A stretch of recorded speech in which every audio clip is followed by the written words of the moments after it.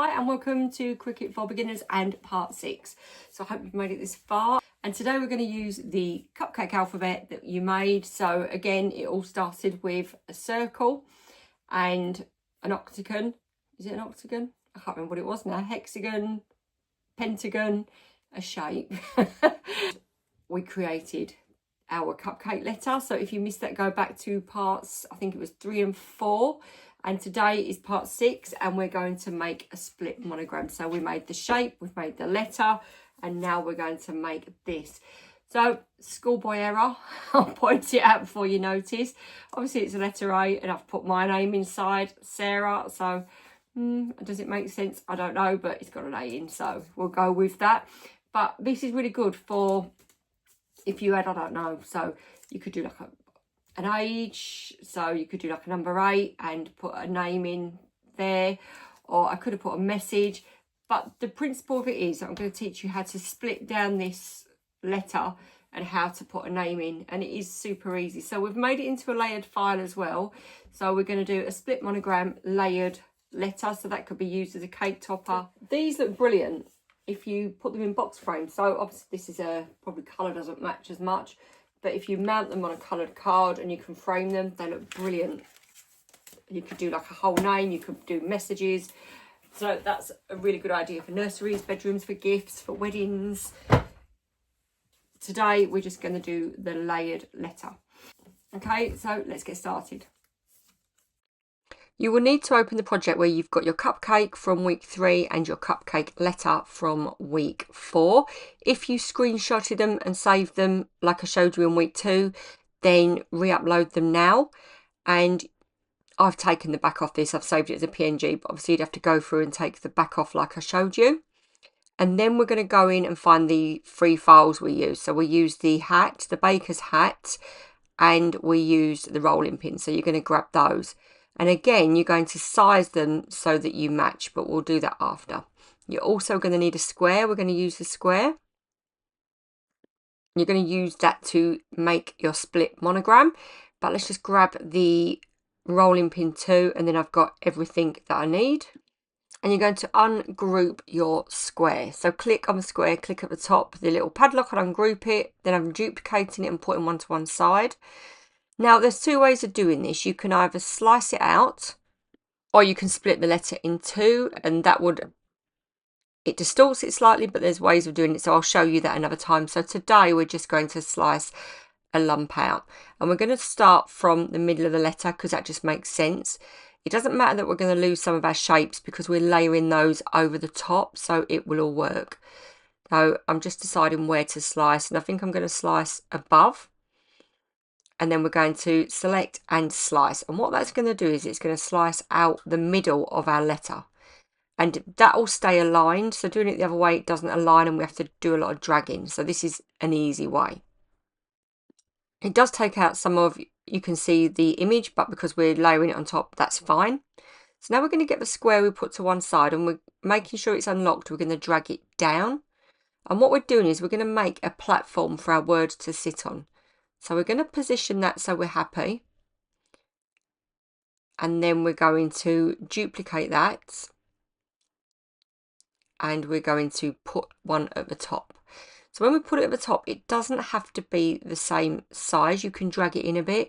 Because the letter tapers in, you're almost better off doing that with the top and the bottom because it just flows much nicer. So once you position those into place, you're going to select all and you're going to go to the bottom right hand corner and click weld. Now that will cut in 2 halves, but we're going to join it together with our word. So I'm just going to go and check all my contours, and you can see there there was a top and a bottom. But now we're going to add text. So I'm going to go to the font panel. I'm going to type in my name first, Sarah. You're better off doing it in capitals because then they're all the same height. Otherwise you might end up with a bit of a problem. I'm going to go into System of Fonts and I want American Typewriter. American Typewriter works really, really well with these letters. And then what you're going to do is you're going to drag it, and so that you've got to be touching the top and bottom for the whole letter. And then position it so that you're happy. But I feel like it's just not chunky enough and it will cut wrong. So I'm going to go to Offset and add just a tiny offset, but it will make my letters fatter. And I do this all the time. It just, if something's a little bit too thin and fine, add an offset and it can just work wonders. Now, what you've got to do now is just size it so it's perfect. And then I'm going to select all and I'm going to weld it. And you can see once I've welded that there are some little gaps, but that's not a problem because what you're going to do is click on your letter and select the contour tool. And you can see those gaps at the top and bottom of the H and some of the letters. I'm just going to go to the bottom and they're all there, just tiny little bits that would be a faff to cut and would make it look scruffy. So I'm just going to remove all of those tiny little bits. And there you go, that cleans that up perfectly. So I've grabbed a circle from Shapes because I know that it's just about the fine details really. So I want a cherry on the top of my cake. I'm going to colour up my cupcake. I'm going to colour the letter white. So because this letter's going to be white, what I'm going to do is I'm going to click on blank canvas in the bottom right hand corner. There it is. And then a colour bar will come up at the top and I'm going to turn my background grey. When you're working with white layers, this really helps. Now I'm going to turn my cherry red. Just adds a bit more detail and I think it needs to be squashed. So I'm going to unlock it and just drag it so that it squashes it so it's a bit more oval. And I'm going to connect those together. And this is only while they're in Design Space. I'm just going to attach them so that, there you go, just unlock that there. Just attach them so that they're together and I can move them about. And there you go, so that adds that detail. So now we are going to start removing contours. So I'm going to do this a bit at a time. So the first contours I'm going to remove are my cupcake contours on my top layer. And I'm going to remove those because I've got my pink cupcake on top. So then the white cupcake shape and icing will start to shine through. And it's all about just thinking of the details and what they're going to look like.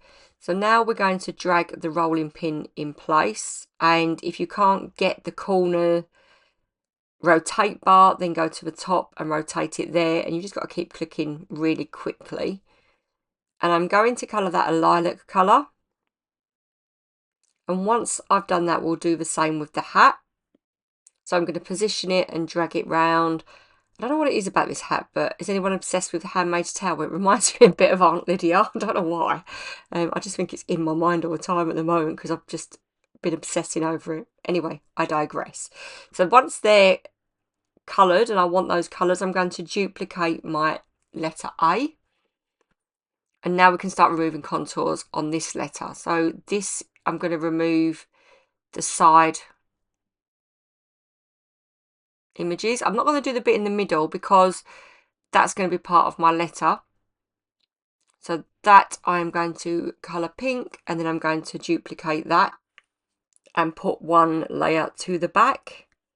And you will start to see it take shape now. So when you right click, send it to the back, you can see that it's starting to shine through. Now you can use whatever colour you want. So now we've got this next layer and we're going to remove the contours out of the middle of the letters. So I'm just going to click on my A, my R and my A. Just the letters that should have a middle. Now can you see what I've done there? I've clicked on the actual letter accidentally, re-click on it and it'll bring it back. It's sort of reversed it and then send that to the back. Now I've made a mistake here because I haven't coloured it a different pink so you can't see. But when I cut it out, I actually cut this in a paler pink. So that's just something to bear in mind because you want your colours to be different. And now with my back layer, I've just got rid of all the back of the middle. And you can see there that's like completely covered now. So I'm going to colour that the purple. And you can see now that my letters stand out, but I've got a back into it. And now that is all ready to cut out. But as I say, don't forget that those two pink layers you've got of letters should be two different shades of pink. That was a bit of an error that I corrected after. And there we go. So I'm happy with the size of that. I want it to be quite a big letter. So there you go. There's two pinks. Make sure that they are different. And there you go. What I'm doing here is I'm going to add my red card to the bottom of this. So I'm just going to move my red cherry onto my white mat, just because I'm not putting a whole mat through just for a cherry. It just doesn't make sense. I can just pop it on there and move that onto the white mat. So I showed you how to do that on the last episode. It's really easy to do. And then we're going to cut them out. So when you are weeding them, I've shown you this before, but I cut on a green cutting mat. I know that it's meant to be paper on blue, but it's just stickier. It stays on for longer. And for me, I just hate the blue mats. They just don't last long enough. So if you use a green, they last longer. And when you weed, you just flip them. So gently pick it up. Do not fold it in half, because if you fold it in half, it snaps. You just tease it off. So you just flip it so it's a bit bendy, a bit oval, and it just peels away really easily. And this is a new mat. So if I was trying to pull that off, it would be a nightmare. And I'm just going to get my cherry. And here we are, all cut out and ready to build. So I'm going to fast forward this a bit, because, or chop bits out, because nobody wants to see me spending ages putting sticky pads on and peeling them off. And I'm going to start building from the back and working up. So it's just about getting your alignment right. And because there are no offsets on this, you've got to get them exactly right. These are pretty flexible, these sticky pads, so you can just whip them off really quickly if you do make a mistake. But just go through, build, let's see. So I made one there, drag and repositioned it. They're really quick and easy to build. They take minutes. The time is in doing the sticky pads. So if you struggle, get hold of the back of your letter and sort of grip it from an angle and hold it between two fingers, and then that will align it better. I'm going to stick the cherry on top. I know I'm going fast, but I just think this bit's boring. It's pretty standard that you just put the sticky pads on, take them off, and stick each layer once they're aligned. I'm going to go add my little Aunt Lydia hat. I know it's a baker's hat, but it just reminds me of her. And there you go. And now I'm going to add my rolling pin. So they were free images from Cricut Design Space. You can do this all with free images, or if you've got the paid account, you can do that. But it's just nice to be able to create on your own rather than using something that somebody else has created. I like to do everything myself and know it's mine. Saying that, I've got dozens and dozens, if not hundreds, of free alphabets over on the website. I will drop the link below if you don't want to make your own, or you want to use mine, or you want some specific theme that I've already got. So have a look at those. As I say, I will drop the link. So I'm just using Nuvo drops. These are Morning Dew, I think, or we've got a little bit of glitter in, and or these might be crystal, but again, I'll drop the link. And they just had a bit of detail, and there you go, a really easy layered split monogram. So how did you find that? I'm hoping you've got an amazing layered cupcake letter. It's not that difficult, is it? Once you know how, all of these things start to fall into place. And I know it's been very alphabet heavy so far and monogram heavy, but it's just a really great way of making and creating your own monograms and gifts and personalized gifts. I mean, this could actually be cut out on vinyl. If you cut it out on 3-colored vinyl, that's something that could be done. And I'm going to show you later on down the line how to do a monogram letter and cut a name in vinyl, and how you could do that so that all sticks together. The great thing about these letters is you can use them for all sorts. And I mean, if you think the skills that we've learned already, so if you came to this as a complete beginner, frightened of your Cricut, which so many people message me and say, I don't even want to turn it on, it's there and I'm looking at it. I get it, because I remember what I was like right in the beginning, but it's the small steps, the learning the small things, and they all build up to the bigger things, and it's easy when you know how. So I hope this is working and helping. Okay, so next week we are looking at print and cut, and print and cut is one of my favorite features. So we're going to look at how to make a custom sticker sheet. We're going to use images from Cricut Design Space, and I'm going to show you how to make a really simple sheet of stickers that you can use for your planner, all sorts. Okay, so thank you so much for watching along. I really, really hope that's helped you, and next week might be a bit of a longer one, but I'm really excited about it. So please do drop in the comments anything you feel that you want to learn that I've not covered, or that I can add to my list, and I'll try to add a video incorporating that into it, or I'll do something on social. But please do like and subscribe. Thanks for being here. If you've been here for 6 weeks, thanks for staying the ground, and happy crafting.